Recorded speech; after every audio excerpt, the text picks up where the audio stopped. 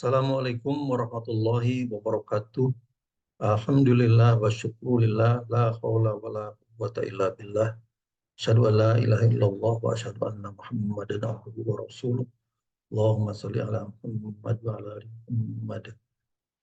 Selamat datang di studio kami Islamic Science Research Institute, pengelola dan pemilik data twilight atau rembang baik pagi maupun malam yang paling komprehensif di dunia. Data kami sudah meliputi 5 benua, mungkin sekarang sudah di atas 2.500 data. Satu data itu satu hari, jadi 2.500 hari lebih. Setiap hari bertambah, mungkin satu, dua. Karena memang saya sudah tidak lagi dengan full speed ya, bekerjanya, tapi saya banyak pekerjaan yang lain. Oke, tapi kali ini saya akan menjelaskan tentang kalender Islam global. Kalender global Hijriah Tunggal. Pada 18 Mei 2024 lalu, jadi udah kira-kira 3 mingguan yang lalu, eh, saya mewakili Majelis Tarjih dan Tajdid pimpinan Pusat Muhammadiyah eh, menghadiri undangan seminar tentang kalender hijrah global tunggal yang diselenggarakan oleh pimpinan Pusat Persis Persatuan Islam yang berpusat di Bandung. Itu pada 18 Mei 2024 ya. Mohon maaf karena saya banyak kesibukan, jadi saya baru dapat melaporkannya sekarang. Untuk itu saya akan tampilkan uh, ini saya bahan presentasi saya. Inilah yang saya berikan apa-apa dalam acara diskusi kemarin itu.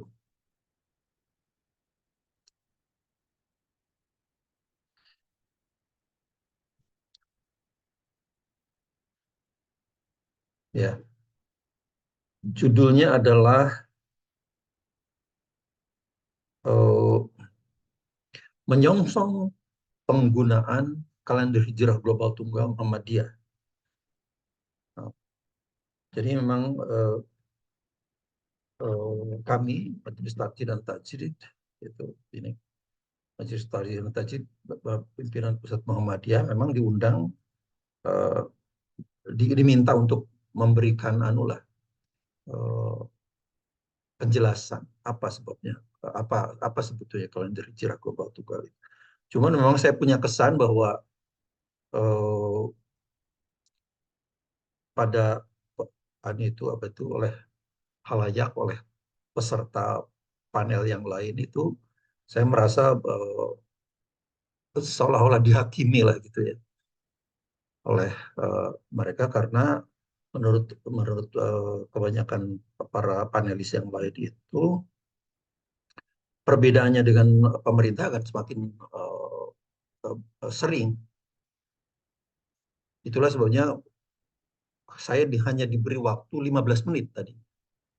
Saya bilang kalau 15 menit ya nggak usah aja. Saya takutnya message-nya belum sampai karena tidak diterima dengan lengkap, kemudian digoreng. Nah ini saya tidak mau. Ya, saya bilang saya mewakili Muhammadiyah yang sudah mengkaji kalender hijrah global tunggal ini selama 17 tahun. Sejak 2007. 17 tahun. Jadi bukan masa yang sedikit. Itu. Jadi saya pengen menjelaskan ini secara lengkap. Supaya jangan digoreng-goreng. Ya. Keduanya, panitia sudah mengundang saya. Ratusan kilometer saya berjalan eh, dari rumah ke Bandung ini kan. Saya mempersiapkan juga, saya membuat presentasi PowerPoint ini, saya membuat paper, nanti makalahnya akan saya bagi. Jadi kalau cuma diberi 15 menit, itu menurut saya lebih nggak usah. Jadi oke, saya kemudian ya udah kalau gitu diberi waktu lebih baik. Dan saya jelaskan. Jadi judulnya adalah menyongsong penggunaan kalender hijrah global Muhammadiyah. pendahuluan. Penggagas kalender Islam global adalah sebetulnya Ahmad Muhammad Syakir yang wafat pada tahun 1377 Masehi Hijriah atau 1958 Masehi. Maaf, anunya gagasannya itu disampaikan pada 1939. Pada 1978, jadi ini kronologisnya ya, terselenggaralah konferensi Istanbul untuk penyatuan kalender, konferensi Istanbul 1 ya, penyatuan kalender Islam global yang menghasilkan kriteria tinggi 5 derajat dan elongasi 8 derajat. Nah, kemudian pada konferensi puncak negara-negara OKI pada 13-14 Maret 2008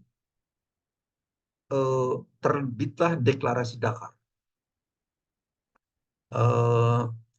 Dalam rangka pembaruan Islam itu sendiri, kami menyampaikan seruan kepada negara-negara kita dan para pakarnya agar melakukan mobilisasi tenaga dalam upaya melakukan penyatuan kalender Islam guna mendukung penguatan citra Islam di mata dunia. Ya, ini pada tahun 2008. Tapi setahun sebelumnya, Muhammadiyah sudah menangkap passion itu. Jadi setahun sebelumnya Muhammadiyah menyelenggarakan sebuah simposium internasional dengan judul Towards a Unified International Calendar di Jakarta, di Hotel Syahid itu.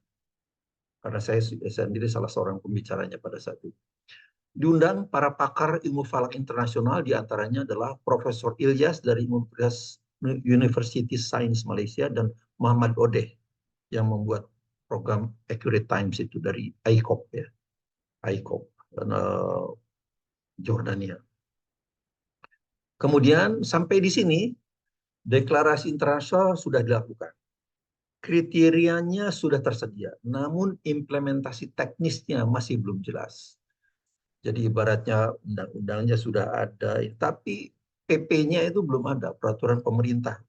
Ibaratnya lah itu ya, belum jelas. Jadi masih belum jelas. Nah, sekarang kita tinjau landasan syar'i kesatuan umat. Sebetulnya kalender hijrah global itu petunjuknya sudah jelas dalam Al-Quran. Wa inna hadhi ummatukum ummatan wahid. Sesungguhnya agama ini adalah agama kamu semua, agama yang satu. Wa ana rabbukum fattaqun. Dan aku adalah Tuhanmu, maka bertakwalah. Oke. Ada lagi.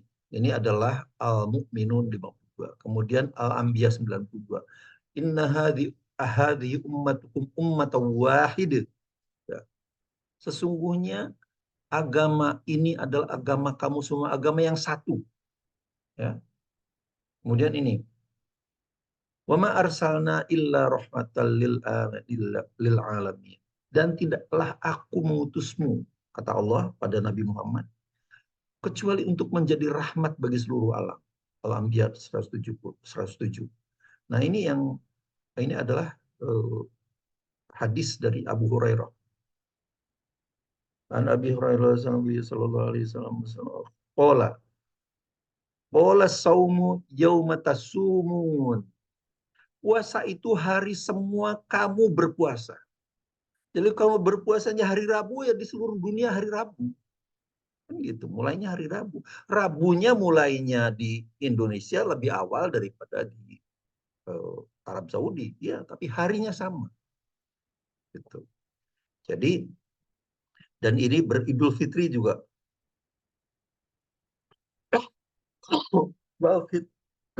Maaf. Wal fitru yauma tuftirun. Beridul fitri, dalam beridul fitri, hari semua kamu beridul fitri. Nah, jadi ini hadis dari Abu Hurairah, At-Tirmizi. Nah, jadi itu sudah jelas itu. Kalender Islam itu seharusnya global, tidak lokal. Oke. Sekarang pada 2011-2013 saya mengajar di Malaysia dan saya memperoleh dana penelitian dari Ministry of Higher Education Malaysia saat mengajar di UTHM, University Tun Hussein on Malaysia. Tiadanya kalender Islam bukannya berakibat pada perbedaan mengawali Ramadan, Idul Fitri, dan Idul Adha. Bukan itu saja. Ada konsekuensi ekonomis dan syariah yang sangat serius. Ya, itu saya teliti 2011 sampai 2013 itu. Sistem akuntansi berbasis pada kalender Masehi, karena kita tidak punya kalender Islam, karena kemudian sistem akuntansinya berdasarkan pada kalender Masehi yang 365 hari, akan menyebabkan 11,5 hari keuntungan bisnis umat Islam tidak terzakati. Karena haul dalam Al-Quran itu seharusnya menggunakan kalender Islam, kalender Hijriah. Karena tidak ada menggunakan kalender Masehi, 11,5 hari ini tidak terzakati. 1 Januari, 31 Desember, 1 Januari, 31 Desember. Salah. Karena ini 365 hari. Seharusnya haul itu, profit and loss itu dideklarasikan pada 354 hari. Haul orang Islam. Baru kemudian pembagian dividen, bonus-bonus, dan sebagainya itu pada 354 hari itu. Jadi sistem akuntansinya adalah kalender Hijriah basis. Kalau seperti ini, 13,5 hari ini tidak terzakati. Dan itu sudah menumpuk selama 1.200 tahun. Katakanlah mungkin 200 tahun yang pertama mungkin masih digunakan. Itu juga, harus diteliti juga. 1.200 tahun telah mencapai itu, karena itu menumpuk 1.200 tahun oleh seluruh umat Islam di dunia. Angka hipotesis yang saya anukan dalam raporan saya adalah kira-kira 10 triliun dolar. 10 triliun dolar. Bukan rupiah. Karena saya sudah mendalami itu, saya punya penelitian itu, kemudian saya usul agar Muhammadiyah segera mengadopsi kalender hijrah global pada Muktamar Muhammadiyah 47 di Makassar pada 2015. Alhamdulillah, usulan saya itu diterima sebagai salah satu rekomendasi Muktamar Makassar dan diperkuat pada rekomendasi Muktamar 48 di Surakarta pada 2020. Alhamdulillah. Ini bukunya. Saya kemudian terbitkan buku sebagai laporannya itu ya. Judulnya Pseudo Syariah Economy and Muslim Civilization Debt. Jadi syariah ekonomi yang bohong-bohongan, yang pseudo, dan hutang peradaban muslim. Hutang peradabannya berapa? 10 triliun dolar. Terbit 2014, penerbitnya UTHM, 255 halaman, jadi ini buku cukup tebal juga. Ada di Amazon.com, tersedia di Amazon.com. Silahkan masuk ke Amazon.com, ketik nama saya, Tono Saksono, maka akan ini. Ada salah satunya buku. Memenangkan 3 Best Paper Awards di level internasional dalam Islamic Finance, Islamic Banking, dan Islamic Marketing. Ya. Dan untuk menulis ini saya belajar ekonometrika namanya. Ekonometrika, ilmu yang oleh mahasiswa ekonomi di Fakultas Ekonomi itu biasanya agak kurang disukai karena agak rumit. Ini ya, ekonometrika. Tersedia di Amazon.com. Silahkan klik Amazon.com. Ini ada buku saya. Ini buku-buku saya ada 5 buah. Nah, ini yang terakhir. Pseudo Syariah Economy and Muslim Civilization Debt. Ya. Oke. Tuh. Jadi tersedia di Amazon.com atau melalui, kalau di Amazon.com ya, bisa melalui UTHM Johor. Saya terus sejak saat itu saya terus mengkampanyekan penggunaan kalender Islam global, termasuk pada saat Muktamar Muhammadiyah di Makassar 2015 itu saya mengusulkan, kalau tidak ini hutang ini terus menumpuk. Itu persoalannya. Nah, ini adalah sertifikat Best Paper Awards ini. Nih. First Best Paper Awards. Hadiahnya $5.000 di Abu Dhabi ya. Abu Dhabi ini. Judulnya ini Undisclosed Potential of Zakat Payment Deficit. Kemudian di Kuala Lumpur towards Flawless Sharia Economy and Islamic Finance. Juga Best Paper Awards juga, sertifikat juga. Yang satunya dalam bentuk medali, saya tidak bisa temukan itu karena sudah lama sekali, kemudian saya pindahan dan sebagainya. Jadi, tapi ini sudah, jadi ini Best Paper Award. Salah satunya malah saya dapat hadiah $5.000. Oke. Nah, sejak Simposium Internasional Jakarta pada 2007 itu, Muhammadiyah aktif dalam pertemuan internasional tentang KIG. Profesor Syamsul Anwar sebagai Ketua Majelis Tarjih Pimpinan Pusat Muhammadiyah periode 2000 sampai 2022, jadi 22 tahun ya, menyampaikan suara Muhammadiyah di dunia internasional. Di antaranya Temu Pakar 2 15-16 Oktober 2008 dan Kongres Istanbul 2 2016. Nah, pada 2016 itulah kemudian bentuk KIG itu sudah agak lebih jelas. Pertama, seluruh kawasan dunia adalah satu matla. Satu matla ya. Jadi kawasan matla itu yang akan menjamin satu hari, satu tanggal di seluruh dunia. Bulan baru dimulai apabila di bagian manapun di muka bumi sebelum pukul 00 GMT telah terpenuhi kriteria sekurang-kurangnya elongasi 8 derajat dan ketinggian 5 derajat. Oke. Sekarang kita bicara tentang visibilitas hilal. Muhammadiyah cepat menerima dan mengadopsi kriteria Istanbul 2016 ini karena sudah lama tidak mempermasalahkan visibilitas hilal. Bagi Muhammadiyah tidak ada persyaratan visibilitas hilal itu. Kriteria wujud hilal adalah salah satu bukti tersebut. Tidak ada persyaratan visibilitas hilal. Nah, mengapa ini karena wujud hilal itu masih merupakan kriteria lokal. Nah, ini bahayanya kriteria lokal itu. Saya dapat laporan dari WA dari ex-kolega saya yang sekarang sedang bermukim di Sydney ya, Australia itu. Australia beridul adha besok ini pada tanggal bulan ini 3 hari nanti akan saya bikinkan di videonya. Mengapa 3 hari? Itu karena menggunakan kriteria lokal. Jadi Muhammadiyah menyadari wujud hilal ini meskipun sudah lebih progresif karena sudah tidak mempersyaratkan visibilitas hilal, tapi dia masih merupakan kriteria lokal.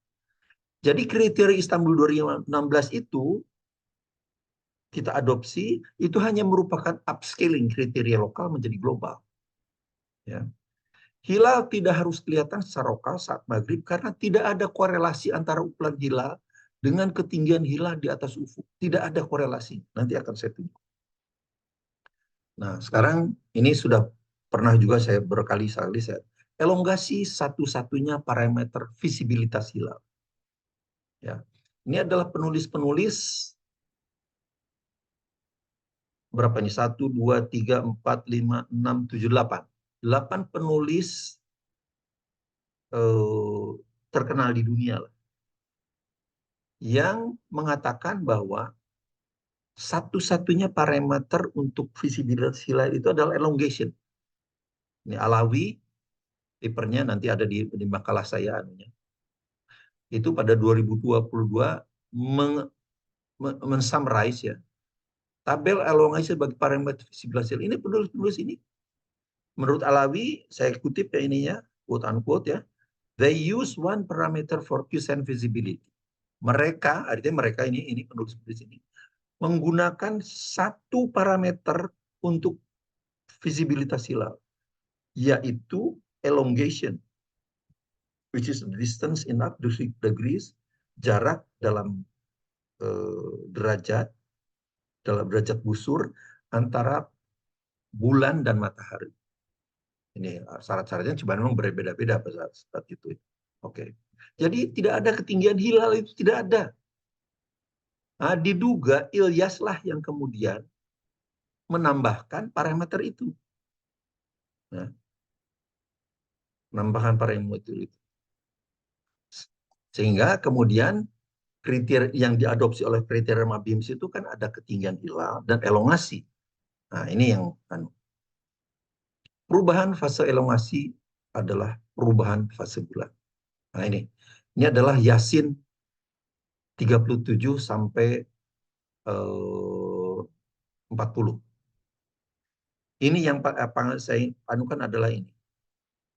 Adapun bulan kami tetapkan fase tepat untuknya sampai akhirnya tampak seperti tangkai palem yang tua melengkung. Ya. Cuman ini Allah sedang menjelaskan gerakan semu matahari karena di sini wa ayatul lahumul lail, ada juga tanda bagi mereka di malam hari. Naslahu minhun nahar fa idahum mudlimun. Kami menanggalkan siang hari darinya. Jadi itu perubahan siang dan malam itu karena bumi berputar. Kemudian matahari bergerak untuk jangka waktu yang tetap. Karena bumi berputar seperti ini, matahari seolah-olah mengelilingi bumi. Itu gerakan semu. Ini dijelaskan di sini.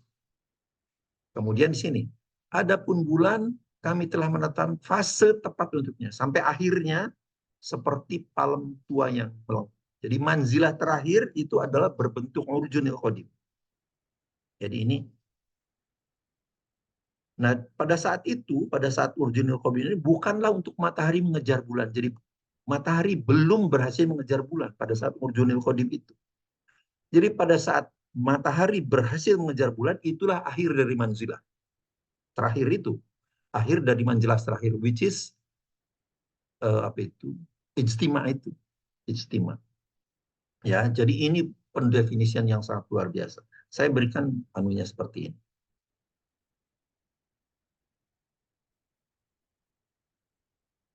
Ya. Jadi karena bumi berputar seperti ini, kemudian ini ada bulan, ada matahari, ada bulan, seolah-olah berkeliling mengelilingi bumi. Itulah yang dia Yasin 37-nya itu. Jadi ini bergerak, bumi berputar, ini berputar. Nah, berputar seperti ini 360 derajat dalam satu hari ya. Tadi wa ayatul lahumul lail, perubahan siang dan malam. Kami tanggalkan siang dari malam kan gitu. Itu 360 derajat dalam satu hari. Berarti perjalanan matahari berputar, bumi berputar ini adalah 360 derajat dalam 24 jam. Itu adalah 15 derajat per jam. 15 derajat per jam. Akibatnya seolah-olah matahari dan bulan ini bergerak juga mengelilingi bumi sama kecepatannya. 15 derajat per jam. Sama. Seandainya bulan tidak bergerak mengelilingi bumi, tapi kenyataannya kalau dalam sistem tata surya kita matahari ini tetap, tapi bulan ini juga mengelilingi bumi begini. Dalam satu bulan itu adalah 360 derajat. Jadi setiap jamnya itu 0,5 derajat. Setiap jamnya. Karena satu bulan 360 derajat. 39,5 hari dalam 360 derajat. Jadi kalau matahari kecepatan sudut ke sananya adalah 15 derajat per jam, kalau bulan 15 derajat dikurangi setengah derajat. Jadi 14,5 derajat. Itulah sebabnya ada pergeseran. Matahari pada saat urjunil qadim, matahari belum meninggalkan bulan. Karena ada perbedaan fase bulan. Itulah yang penjelasan Yasin 37 sampai 40 yang dahsyat sekali itu. Itulah pesan langit yang sangat luar biasa. Ya. Jadi elongasinya itu, pertumbuhan elongasinya adalah setengah derajat per jam. Karena matahari kecepatan sudutnya 15 derajat per jam, bulan kecepatan sudutnya perjalanan semuanya hanya 14,5 derajat. Sehingga ada elongasinya bertambah separation ya. Sun moon separationnya itu bertambah setengah derajat per jam. Pertumbuhan penyerahan bulan itu 100% dalam 15 hari kan, dalam purnama itu 15 hari. Jadi sebetulnya perjalanan bulan fase bulan itu bertambah besar kira-kira 0,228% per jam. Tapi ini tidak linear. Pada saat dekat-dekat ijtima itu perjalanannya lebih lambat, tapi kemudian bergerak secara eksponensial. Tumbuh secara eksponensial. Karena bulan terus mengelilingi bumi. Jadi yang menyebabkan perubahan fase bulan itu adalah karena bulan terus mengelilingi bumi. Kalau bulan tidak mengelilingi bumi, itu tidak akan ada perbedaan fase bulan. Karena kecepatan sudut matahari dan bulan sama, 15 derajat per jam. Ya, itu. Uh,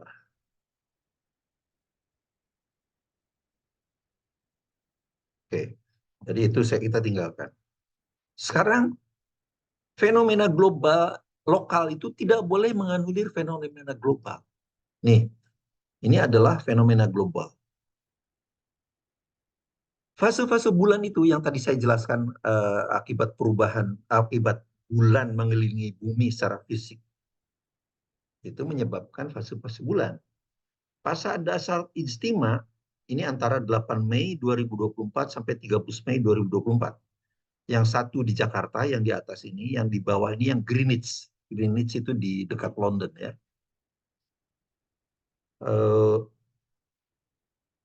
Ijtima terjadi di Jakarta 8 Mei 2021.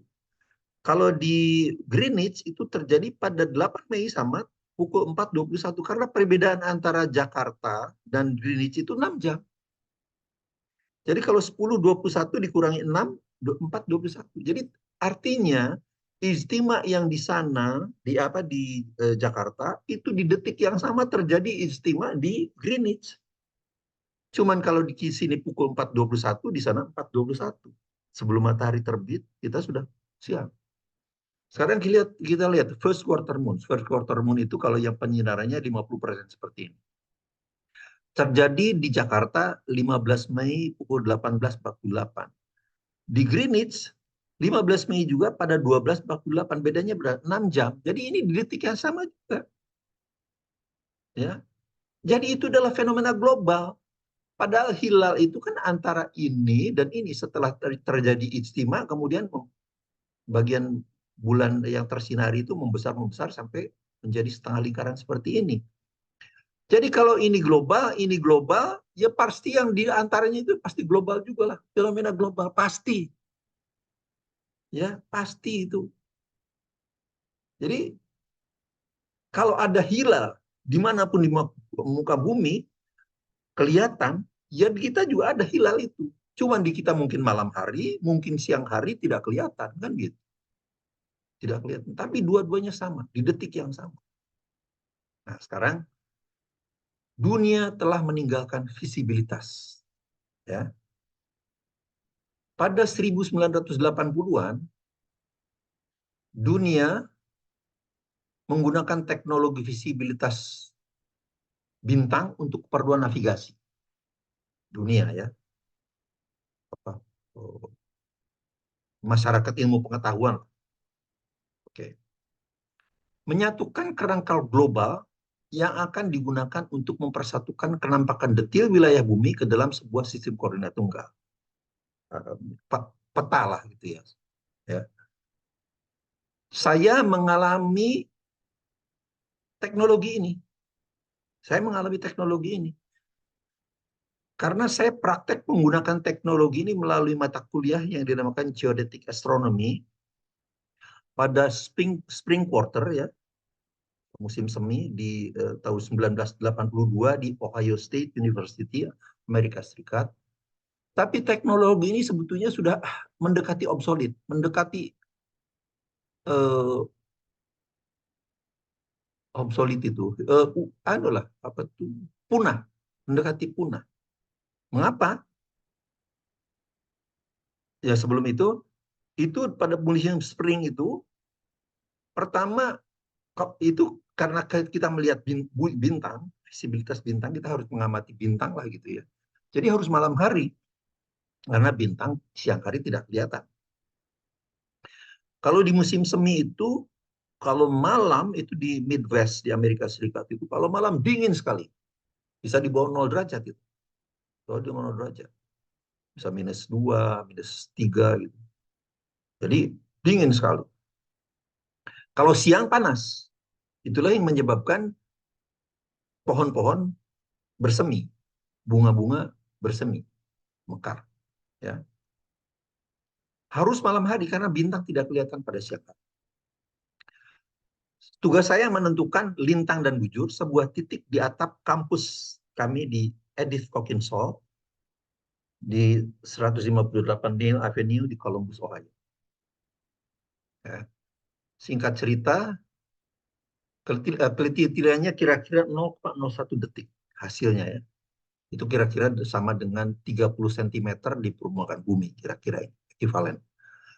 Selama 3 bulan, hanya dapat satu titik, ya, setara dengan titik kontrol geodetik yang diperlukan dalam sebuah kerangka jaringan global.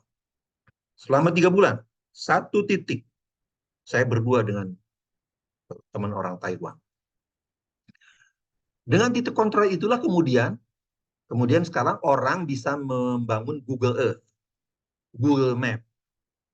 Itu karena ada titik-titik kontrol yang tadi itu. Ya.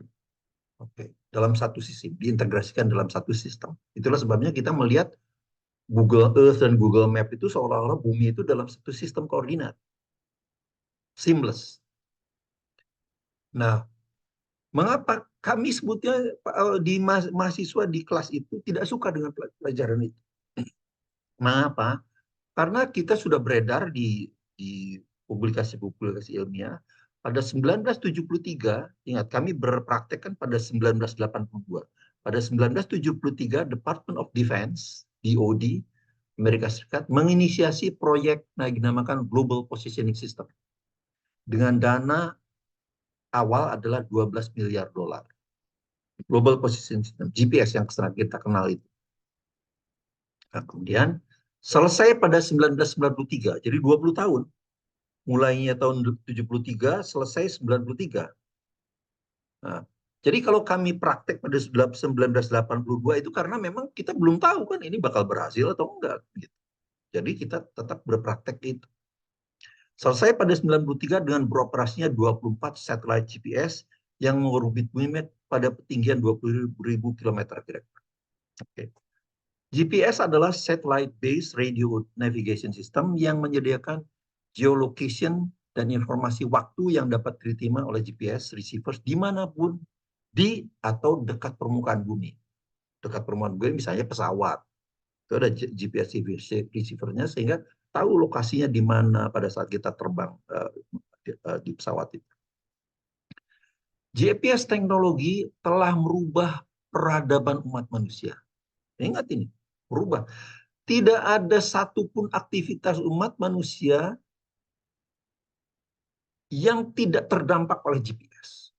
Kita lihat, sekarang ini sopir dapat menggunakan aplikasi Waze atau Google Map di HP mereka untuk bernavigasi dimanapun di dunia.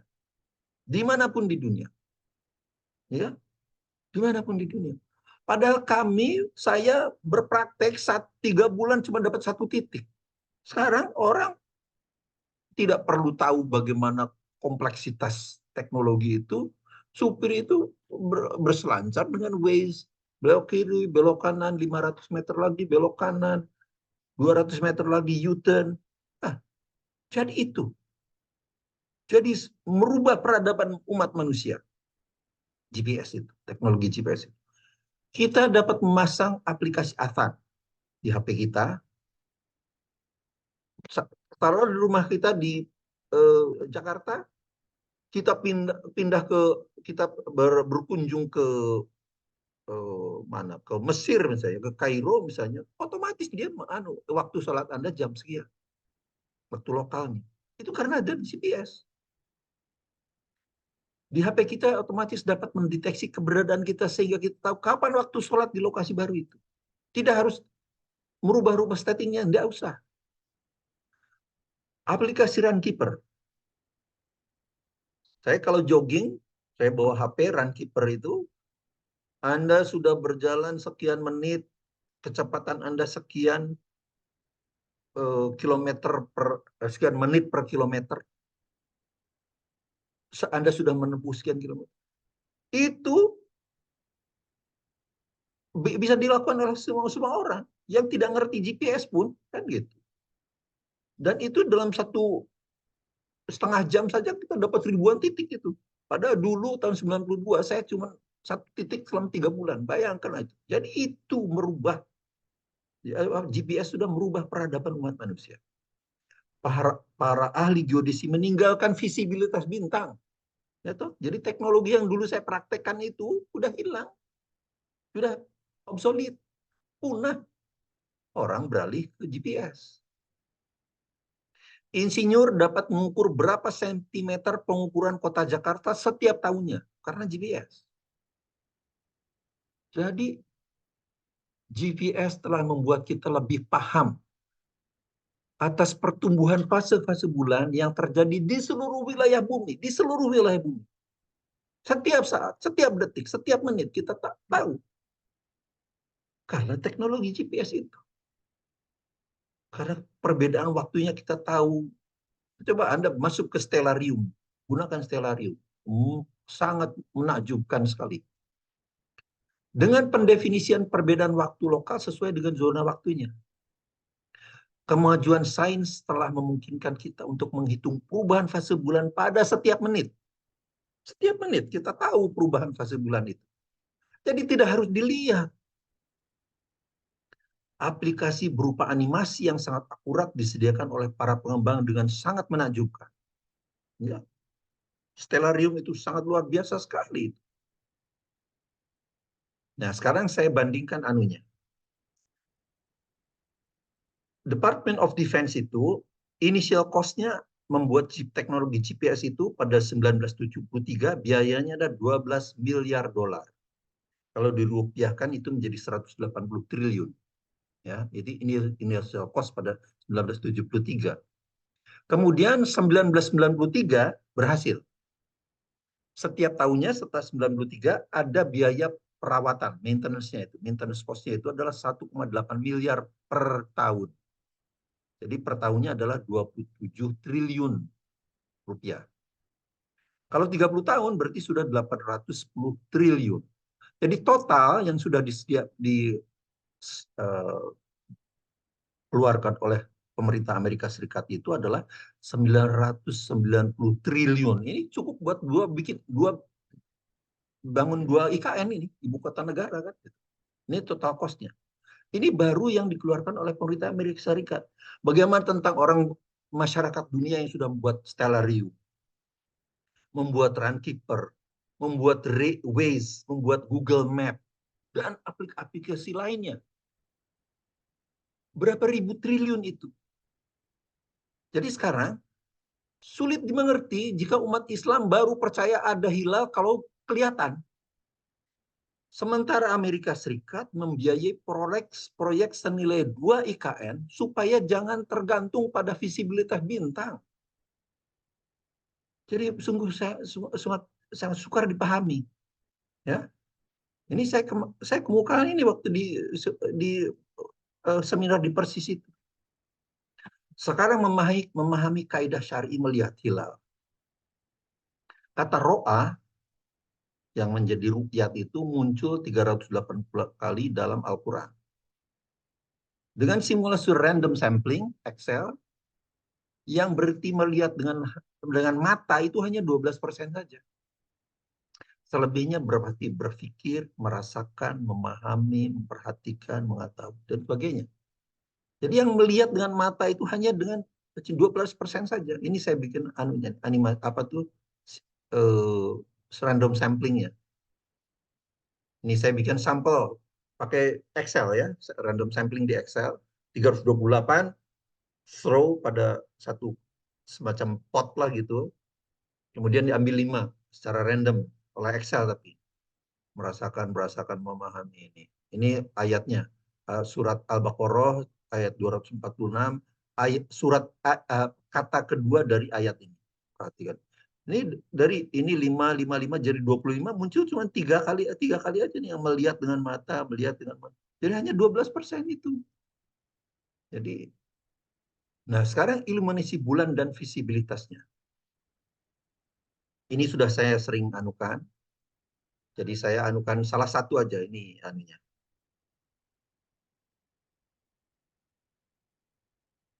Ya. Jadi saya anggap ini sebentar. Oh ini oke. Ini saya anggap bulan itu berhenti di sini. Kalau berhenti di sini, berarti fase bulannya seperti ini. Ya, besar seperti ini. Kira-kira penyiramannya 60% lah ini. Sekarang saya anggap bulannya ini tidak bergerak, berhenti aja. Jadi fase bulannya ya tetap seperti ini. Karena kalau bulannya tidak bergerak, ya fase bulan tidak berubah. Kemudian sekarang ini adalah ini matahari. Ini orang ini pada ini tengah hari kan. Tengah hari di sini. Kalau tengah hari di sini berarti ufuknya ini. Ini masih di bawah ufuk, nggak kelihatan. Kemudian orang ini bergerak. Pukul setengah satu, jam satu, nah, sekitar jam 2 ufuknya kan ini bergerak. Ini bulan ini terbit di ufuk timur,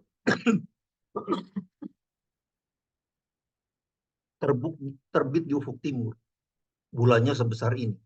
Apakah ini kelihatan? Nggak kelihatan. Karena kalah oleh sinar matahari. Terang benderang jam 12 siang itu. Jadi bagaimana orang mengharapkan melihat hilal kalau siang hari? Nggak mungkin kelihatan. Wong bulan yang sebesar ini aja nggak kelihatan pada pukul 2. Kemudian dia bergerak, terus bergerak. Kira-kira pukul 6, matahari redup, baru orang ini bisa melihat. Jadi dari tadi sejak jam 2, sebetulnya sudah terbit, ada itu di langitnya orang ini nih. Tapi tidak kelihatan. Baru ketika matahari tenggelam, sinar matahari redup, ini kelihatan. Oh, baru kelihatan ini. Apa kemudian ini bulan ini mencoklot dari langit? Nggak bisa lah. Kayak orang melahirkan itu, bayinya itu keluar dari rahim ibu. Enggak begitu dong. Dari tadi sudah ada, nggak kelihatan memang. Itu logik sainsnya kan gitu. Kemudian ini masih kelihatan, terus masih kelihatan. Pada tengah malam masih kelihatan. Tapi jam 1, setengah 2, jam 2 tenggelam ini. Udah nggak kelihatan. Jadi bagaimanapun juga nggak kelihatan. Sebesar apapun kalau di bawah ufuk yang nggak kelihatan. Sebesar apapun kalau silau oleh sinar matahari yang kelihatan. Itu persoalannya. Itu fase bulan itu seperti itu sifatnya. Jadi bagaimana mungkin kita mengharapkan hilal itu kelihatan. Ya, tadi kata ro'a itu juga hanya makanya dulu itu hanya 18% dalam Al-Quran itu. Ya, yang berarti melihat dengan mata itu. Oke.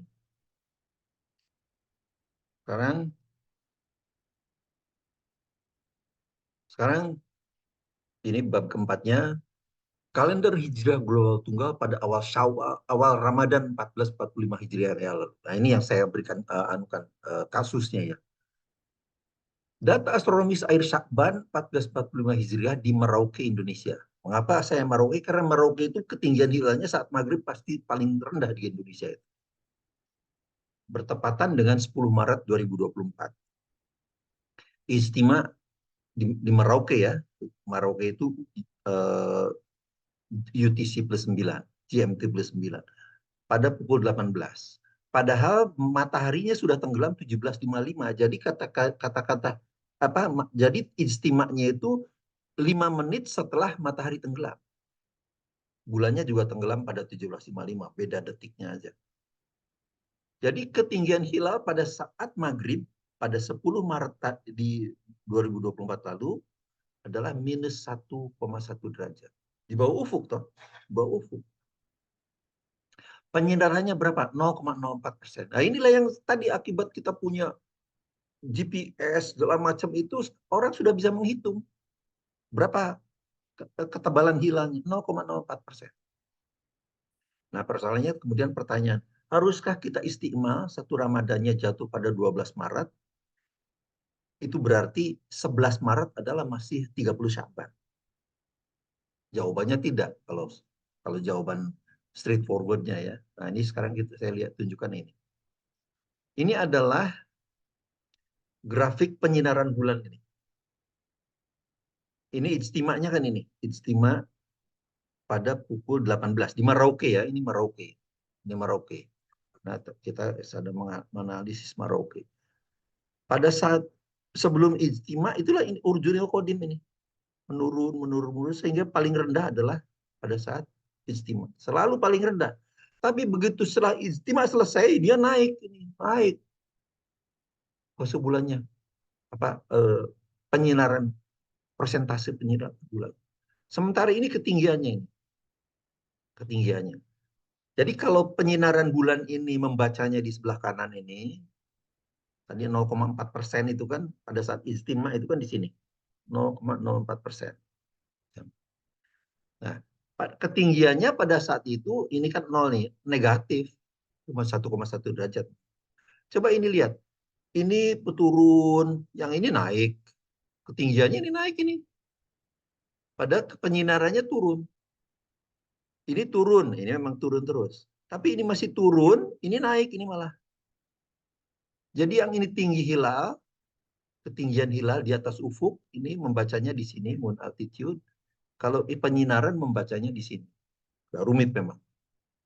Nah sekarang kata Yasin, wal qamaru qaddarnahu manazil hatta ada kal urjunil qadim. Pada manzilah terakhir itu berbentuk urjunil qadim. Urjunil qadim itu berakhir pada ijtima. Pasti berakhir pada ijtima.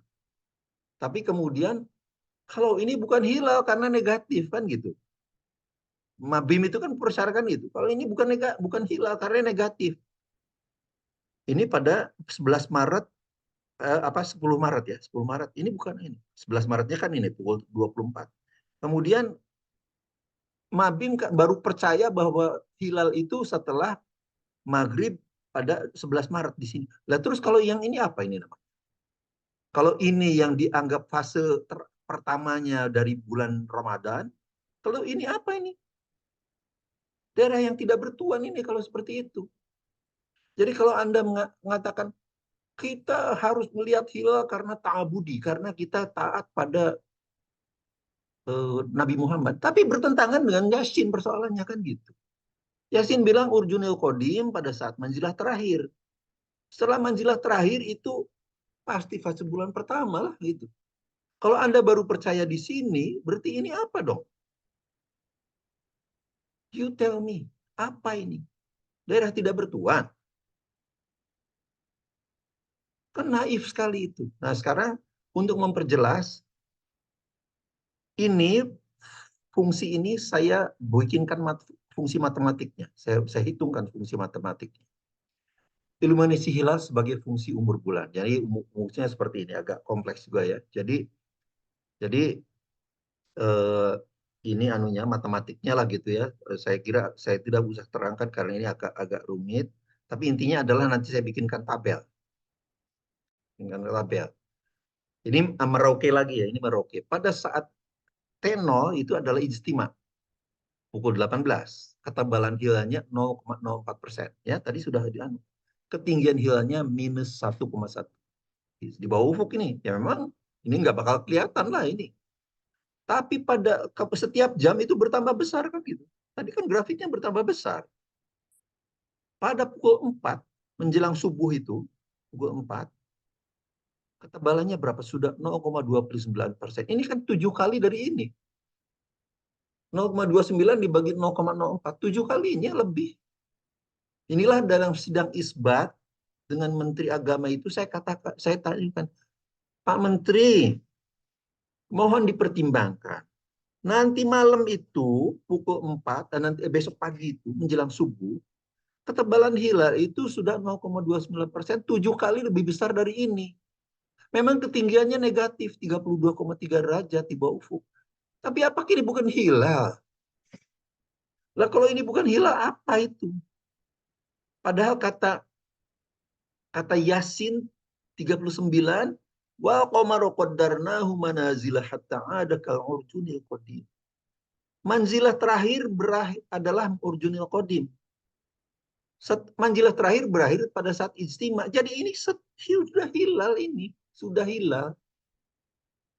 Tidak kelihatan, memang betul tidak kelihatan. Tapi ini hilal ini. Kalau bukan hilal terus apa namanya? Nah, kalau kemudian Mabim baru percaya pada pukul 18 11 Aprilnya ya, pada pukul 18. Ketebalan hilal sudah ke 1,54%. Ya jelas kelihatan ini karena ini sudah berapa? 40 kali lebih besar daripada ini. Ketinggiannya memang 10,2 derajat, tapi bukan ketinggiannya yang menyebabkan dia kelihatan. Ini sudah 1,54% iluminasinya itu pada maghrib 11. Kata Mabim, wah kalau ini baru hilal ini karena kita baru bisa melihatnya. Iya, tapi yang tadi itu bukan hilal. Gitu. Terus apa kalau bukan hilal? Itu persoalannya. Nah, ketika Anda baru akan berpuasa pada 12 Maret menjelang subuh, ini sudah 3,05%. Berapa ini dibagi? 300 dibagi 4. 300 dibagi 4 berapa itu? 75 kalinya. Hah, 75 kali lebih besar dari ini. Anda baru akan puasa. Masya Allah. Come on, man. Ini adalah bukan masalah yang terlalu rumit lah. Mengapa pada maghrib 11 Maret 24 hilal lebih visible? Karena bukan karena ketinggiannya itu. Tapi karena tinggi hilal hanya memperpanjang waktu melihat hilalnya. Sekarang jadi 48 menit. Ya, karena setiap 1 derajat itu adalah kira-kira 4 menit. Jadi kalau 10 derajat ya kira-kira 40 menitan lah. Gitu. Yang menyebabkan yang dominan hilal itu kelihatan adalah karena sudah besar, sudah 1,5%. Itu sudah pada 75 kali lebih besar dari saat ijtima itu. Jadi seharusnya kita lebih takut karena baru akan puasa saat fajar 12 Maret 2024. Karena hilal sudah berapa tadi?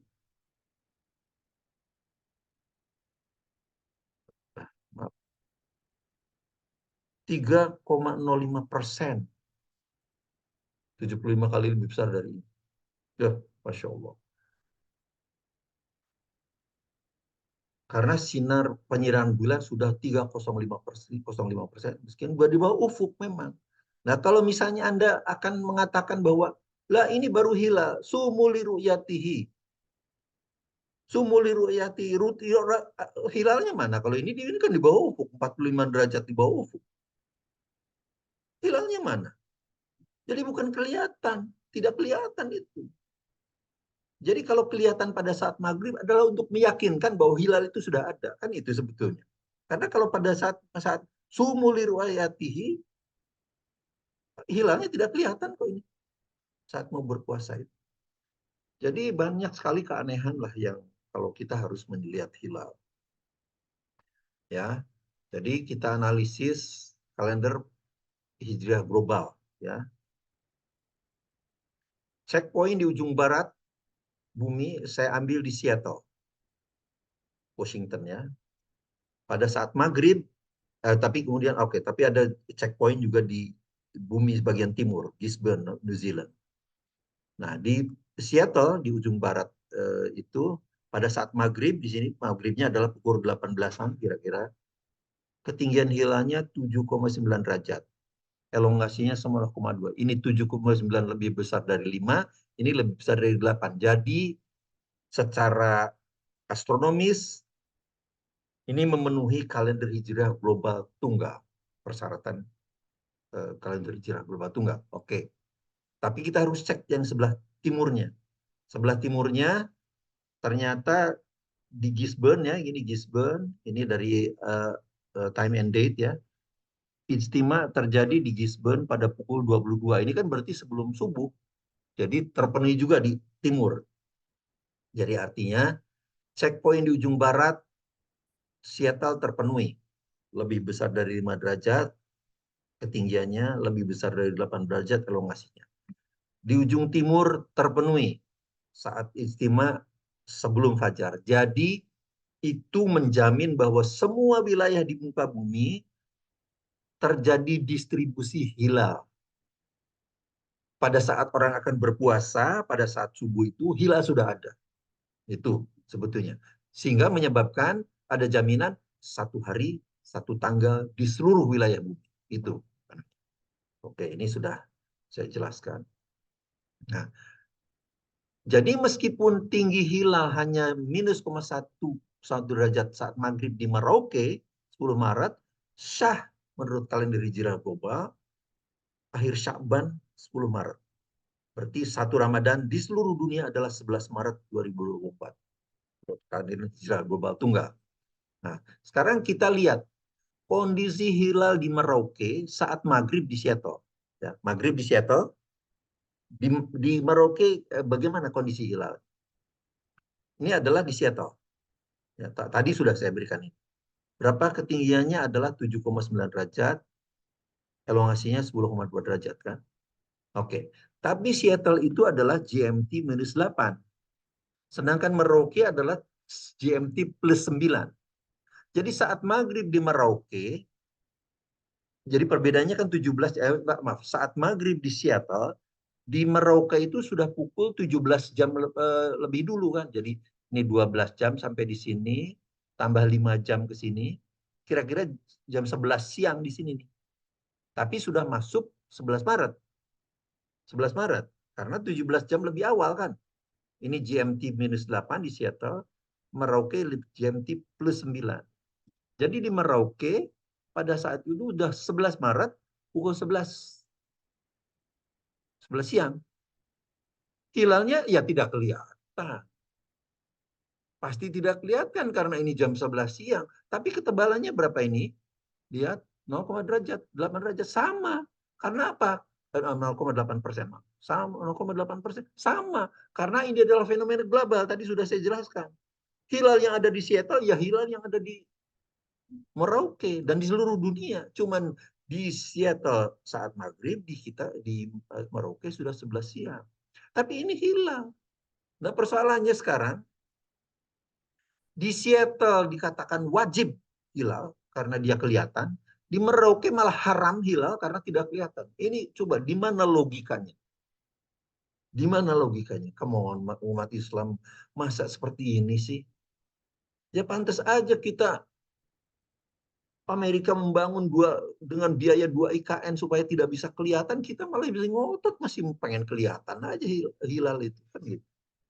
Itulah sebabnya nanti Idul Adha ini di Australia akan 3 hari Idul Adhanya. Itu karena semuanya ngotot lokal, harus melihat hilal secara lokal.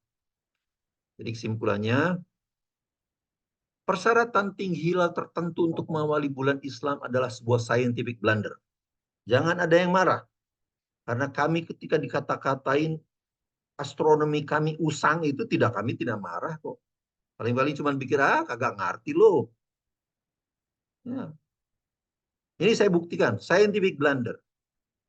Karena akibat kegagalan melihat fenomena alam secara global, melihatnya secara lokal, berpikirnya lokal, cara berpikirnya lokal.